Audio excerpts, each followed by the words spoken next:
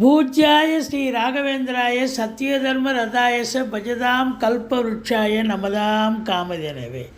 Sri Raghavendra YouTube channel நேயர்களுக்கு சைதை ராஜாவின் அன்பான வணக்கங்கள். நாம் இப்பொழுது இந்த எபிசோடில் 12 ராசிகளில் பிறந்தவர்கள் எந்தெந்த திசையில் வீடு அமைய வேண்டும் அப்படின்றத பற்றி சொல்ல போகிறோம்.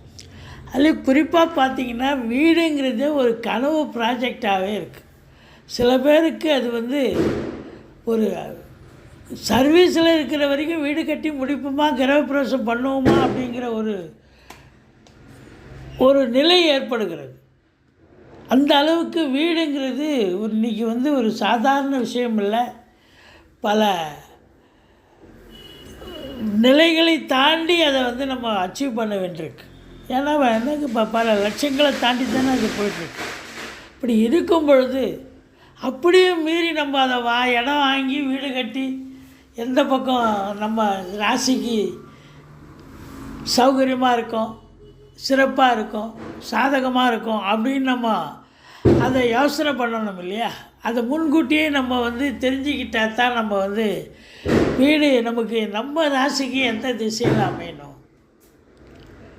தலைவாசக்கால் நம்ம ராசிக்கு எந்த திசையில் வைக்கணும், அதே நேரத்தில் எந்த மாதத்தில் வீடு கிரகப்பிரவேசம் பண்ணால் சிறப்பாக இருப்போம், இப்படிங்கிற சில விஷயங்களை நம்ம சொல்ல போகிறோம். வாங்க ராசிக்குள் செல்லலாம்.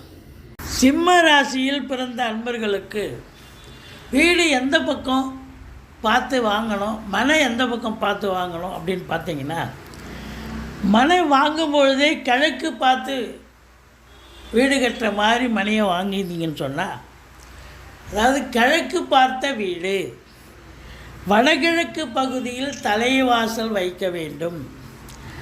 எந்த மாதம் நீங்கள் பால் காய்ச்ச உகந்த மாதம் அப்படின்னு பார்த்தீங்கன்னு சொன்னால், சித்திரை மாதம் பால் காய்ச்சுவதற்கு உகந்த மாதம். அதாவது சிம்ம ராசி அன்பர்கள் வீடு அமைத்து கொள்ள உகந்த திசை அப்படின்னு பார்த்தீங்கன்னா கிழக்கு பார்த்த வீடு அப்படின்னு சொல்லணும். வடகிழக்கு பகுதியில் தலைவாசல் வைக்கணும். சித்திரை மாதத்தில் பால் காய்ச்ச உகந்த மாதம். நன்றி. எங்களுடைய வீடியோ பிடிச்சிருந்தால் லைக் பண்ணுங்கள், ஷேர் பண்ணுங்கள், சப்ஸ்கிரைப் பண்ணுங்கள். மறக்காமல் சப்ஸ்கிரைப் பண்ணுங்கள். நன்றி. வாழ்க வளமுடன்.